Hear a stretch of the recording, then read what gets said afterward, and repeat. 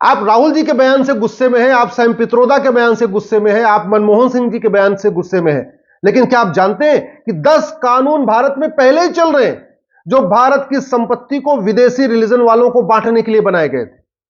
1894 में अंग्रेजों ने कानून बनाया था लैंड एक्विजिशन एक्ट, और लाखों एकड़ जमीन चर्च को दे दिया, मिशनरीज को दे दिया, स्कूल बनाने के नाम पे दे दिया, हॉस्पिटल बनाने के नाम पे दे दिया। पूरे देश में जो सिविल लाइन बनी है वो सिविल लाइन उसी 1894 वाले कानून से ही बनी है। जहां जहां सिविल लाइन है वहां ज्यादातर जमीन चर्च के पास है, या तो उन्होंने कब्जा कर रखा है किसी न किसी तरीके से, और वो जमीन आज तक ली नहीं गई है। तो भारत के संसाधनों पे, भारत की जमीन पे, भारत के जो संपत्ति है उस पे विदेशियों को कब्जा देने के लिए 10 कानून पहले से चल रहे हैं। उसमें पहला कानून था 1894 का लैंड एक्विजिशन एक्ट, और वो जमीन वापस नहीं हुई। दूसरा संविधान में दो आर्टिकल जोड़े गए, आर्टिकल 35 है, आर्टिकल 370। उद्देश्य क्या था कि कश्मीर की जमीन को बांट दिया जाए, कश्मीर पे जो पूरा का पूरा अल्पसंख्यकों का कब्जा हो जाए, और नतीजा हुआ भी, पूरा का पूरा कश्मीर खाली हो गया। हिंदू जैन बौद्ध सिख वहां से भाग आए और पूरा का पूरा वहां अल्पसंख्यकों का कब्जा हो गया। भारत की जमीन पे अल्पसंख्यकों को कब्जा देने के लिए 1954 में नेहरू जी ने वक्फ एक्ट बनाया था। उस वक्फ एक्ट को नेहरू जी ने बनाया, इंदिरा जी ने मजबूत किया, राजीव गांधी ने और मजबूत किया, नरसिंह राव ने और मजबूत किया, मनमोहन सिंह ने और मजबूत किया। आज की डेट में लाखों एकड़ जमीन वक्फ बोर्ड लेके बैठा हुआ है। तो उद्देश्य इसका भी यही था कि भारत के संसाधनों पे अल्पसंख्यकों का कब्जा हो जाए। उसके बाद भारत के संसाधनों पे अल्पसंख्यकों को कब्जा देने के लिए मठ मंदिरों को ने सरकार ने मठ मंदिरों को अपने कंट्रोल में ले लिया। मठ मंदिरों को कंट्रोल करने के लिए 35 कानून बना दिया। चर्च के लिए एक भी कानून नहीं, मजार के लिए एक भी कानून नहीं, दरगाह के लिए एक भी कानून नहीं, मस्जिद के लिए एक भी कानून नहीं। मठ मंदिरों को कंट्रोल करने के लिए 35 कानून बने, और इसमें ज्यादातर कानून कांग्रेस ने ही बनाया था। मठ मंदिरों की जमीन पे कब्जा कर लिया, मठ मंदिरों का जो चढ़ावा उस पर कब्जा कर लिया, और उसको बांटा जा रहा है अल्पसंख्यक के नाम पे, योजनाएं चला चला के उसको बांटा जा रहा है। इसी तरीके से भारत में पहली बार यूनिवर्सिटीज को माइनॉरिटी को देने के लिए इंदिरा गांधी ने कानून बनाया था। वो बनाया था 1984 में, और अलीगढ़ मुस्लिम यूनिवर्सिटी को अल्पसंख्यक यूनिवर्सिटी का दर्जा दे दिया। याद रखिए, पहले बीएचयू बना था, उसके 4 साल के बाद अलीगढ़ मुस्लिम यूनिवर्सिटी बना था। बीएचयू को हिंदुओं को नहीं दिया गया, लेकिन अलीगढ़ मुस्लिम यूनिवर्सिटी को मुस्लिम्स को दे दिया गया। और कानून कब बना? 1984 में बनाया था इंदिरा गांधी ने। 1985 में एक और खतरनाक कानून बना भारत के संसाधनों पे अल्पसंख्यकों को कब्जा देने के लिए। वो सिटीजनशिप एक्ट में सेक्शन 6 से जोड़ दिया।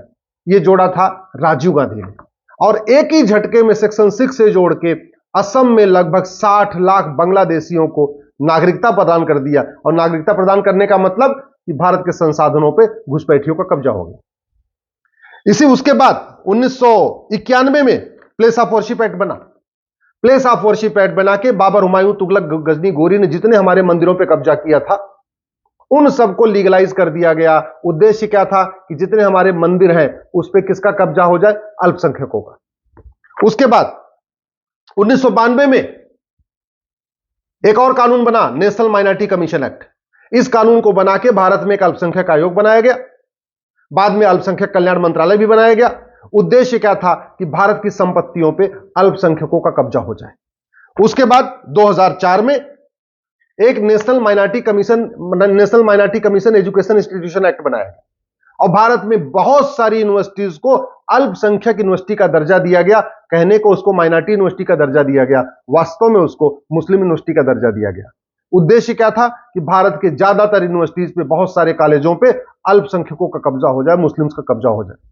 उसके बाद उससे भी नहीं पेट भरा, 2012 में all India Muslim personal law board की बैठक होती है राहुल गांधी के साथ।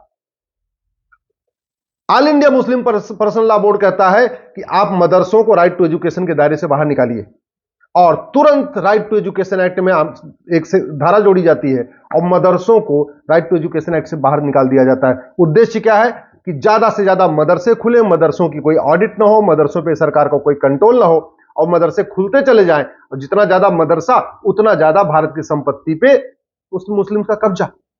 इसलिए मैं कह रहा हूं, आप अगर राहुल गांधी के बयान से चौंक रहे हैं, सैम पित्रोदा के बयान से चौंक रहे हैं, मनमोहन सिंह जी के बयान से चौंक रहे हैं, तो आप इसका मतलब कहीं भ्रम में है। इसका मतलब आपको पूरी बात नहीं पता है। अरे 10 कानून तो पहले ही चल रहे हैं, भारत के संसाधनों पे मुस्लिम्स को या अल्पसंख्यकों को या क्रिश्चियंस को अधिक से अधिक यहां की संपत्ति पे उनको देने के लिए 10 कानून पहले ही चल रहे हैं, और वो कानून अभी तक वापस भी नहीं हुए। न जो 99 साल की लीज पे जमीन दी गई थी चर्च को, मिशनरीज को, न वो वापस ली गई, न वक्फ बोर्ड खत्म हुआ, न वक्फ पैक्ट खत्म हुआ, न जो वक्फ के पास लाखों एकड़ जमीन है वो वापस लेने की प्रक्रिया शुरू हुई, न जो सेक्शन 6 है जिसके अंतर्गत असम में घुसपैठियों को बसाया गया था, 60 लाख घुसपैठियों को, उस कानून को वापस लिया गया। तो अब इसलिए मैं आप लोगों से निवेदन कर रहा हूं, चुनाव का माहौल है, 5-5 हजार फेसबुक फ्रेंड बनाइए, अधिक से अधिक ऐसे वीडियोज को शेयर करिए जो कड़वी सच्चाई बोल रहे हैं, और ये जो लोग ऐसे महापाप किए हैं उनको सबक सिखाइए। ये महापाप कांग्रेस ने किया है और आज से नहीं कर रहा, नेहरू जी के जमाने से हो रहा है। आखिर वक्फ बोर्ड की शुरुआत तो नेहरू जी ने किया ना, घुसपैठियों को बसाने की शुरुआत राजीव गांधी ने किया, अलीगढ़ मुस्लिम यूनिवर्सिटी को अल्पसंख्यक का दर्जा देने की शुरुआत किसने किया? इंदिरा गांधी ने। तो एक के बाद एक जो कानून बनते गए, 1991 में हमारे मठ मंदिरों पे जो कब्जा करने के लिए कानून किसने बना? प्लेस ऑफ वर्शिप एक्ट, उस समय में नरसिम्हा राव की सरकार थी। भारत में बांटने के लिए और अल्पसंख्यक मंत्रालय शुरू करने के लिए, अल्पसंख्यक आयोग शुरू करने के लिए कानून किसने बनाया? वो भी कांग्रेस ने बनाया। तो ये जो 10 कांग्रेस ने कानून बनाए हैं, इन कानूनों को वापस लेने के लिए आवाज उठाइए। बहुत बड़ी संपत्ति पे, बहुत बड़े संसाधनों पे पहले से ही कब्जा हो रखा है, बहुत बड़े संसाधनों पे क्रिश्चियंस का कब्जा है, मुस्लिम्स का कब्जा है। नया विरासत टैक्स नहीं भी आएगा तो पहले ही इतना कब्जा हो चुका है। मजार बना के कब्जा किया गया है, दरगाह बना के कब्जा किया गया है, चर्च बना के कब्जा किया गया है, जगह जगह मस्जिद बना के कब्जा किया जा रहा है, सड़क के किनारे अवैध निर्माण करके कब्जा किया जा रहा है। वो तो कंटिन्यू सतत चल रहा है ना, वो तो रुका नहीं है। समाधान क्या है? समाधान है कठोर कानून। घुसपैठ के खिलाफ कठोर कानून बनाना पड़ेगा। ये 1946 वाला कानून खत्म करना पड़ेगा। घुसपैठियों की 100% प्रॉपर्टी जब्त करने, उनकी नागरिकता खत्म करने और घुसपैठियों को, मददगारों को आजीवन कारावास, फांसी देने के लिए कानून बनाना पड़ेगा। नहीं तो घुसपैठी आते जाएंगे और आज नहीं तो कल, जैसे एक सेक्शन 6 से जोड़ के पूरे असम में घुसपैठियों को बसा दिया गया। कभी गलती से अगर कांग्रेस की सरकार बनी तो याद रखिए, इस सिटीजनशिप एक्ट में बदलाव फिर कांग्रेस करेगी, जैसे उन्होंने पहले 6 से जोड़ा था सिटीजनशिप एक्ट में उनको बसाने के लिए, बांग्लादेशी घुसपैठियों को। ऐसे ही कोई एक नई धारा जोड़ेंगे और पूरे देश में जो 5 करोड़ घुसपैठिए रहते हैं, इनको सबको नागरिकता दे देंगे। अभी तो उन्होंने असम में दिया है। जिस दिन कांग्रेस की सेंट्रल में सरकार बनी, सेंट्रल गवर्नमेंट सरकार उनकी बनी, तुरंत सिटीजनशिप एक्ट को बदलेंगे और कहेंगे भैया आज की डेट में जितने लोग भारत में रह रहे हैं, एनआरसी तो भूल जाइए, सीधे कानून बना के बोलेंगे आज की डेट में जितने भारत में लोग रह रहे हैं सब के सब भारतीय है। अगर हमने वक्फ एक्ट को खत्म नहीं किया तो याद रखिएगा, ये जो बेतहाशा जमीनों पे कब्जा हो रहा है, ये रुकेगा नहीं। और जब जमीनों पे कब्जा हो गया, असली लड़ाई तो जमीनों की है ना, कि किसकी जमीन पे किसका कितना कब्जा है। दुनिया के कई देशों के क्षेत्रफल से ज्यादा भारत में चर्च के पास जमीन है। दुनिया के कई देशों के क्षेत्रफल से ज्यादा भारत में वक्फ बोर्ड के पास जमीन है। अगर ये जमीन वापस नहीं ली गई, और वापस लेने के लिए सबसे पहले क्या करना पड़ेगा? कानून खत्म करना पड़ेगा। कानून को, ये प्लेस ऑफ वर्शिप एक्ट बना के काशी, मथुरा, भद्रकाली, भोजशाला, अटाला, पूरे देश भर में जो मुगलों ने कब्जा कर रखा था हमारे मठ मंदिरों को, उसको लीगलाइज कर दिया गया। जब तक ये कानून नहीं खत्म होगा तब तक आपको जमीन वापस नहीं मिलेगी। सबसे पावरफुल होता है कानून। नेता कोई पावरफुल नहीं होता, न राष्ट्रपति पावरफुल होते हैं, न प्रधानमंत्री पावरफुल होते हैं, न मुख्यमंत्री पावरफुल होते। पावरफुल होता है कानून।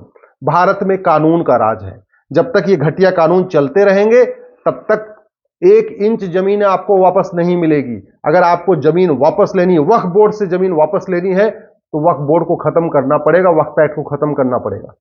अगर आपको जो चर्चेज के पास लाखों एकड़ जमीन है उसको वापस लेना है, तो कानून खत्म करना पड़ेगा, जमीन वापस लेना पड़ेगा। ये जो जगह जगह मदरसे बनते जा रहे हैं, एकदम पूरी तरीके से मज़ारें बनती जा रही हैं, दरगाहें बनती जा रही हैं, जगह जगह बनती जा रही हैं, इनको रोकना है। अवैध निर्माण के खिलाफ कठोर कानून बनाना पड़ेगा। मैं आपसे आग्रह करता हूं, कांग्रेस की कड़वी सच्चाई को, कांग्रेस की इस घटिया सोच को जन जन तक पहुंचाइए। और पता चलना चाहिए लोगों को कि ये जो विरासत टैक्स अभी लाने की बात कर रहे हैं, जो अभी कह रहे हैं हम अभी ऑडिट कराएंगे, इसके पहले ही कांग्रेस 10 कानून पहले ही बना चुकी है।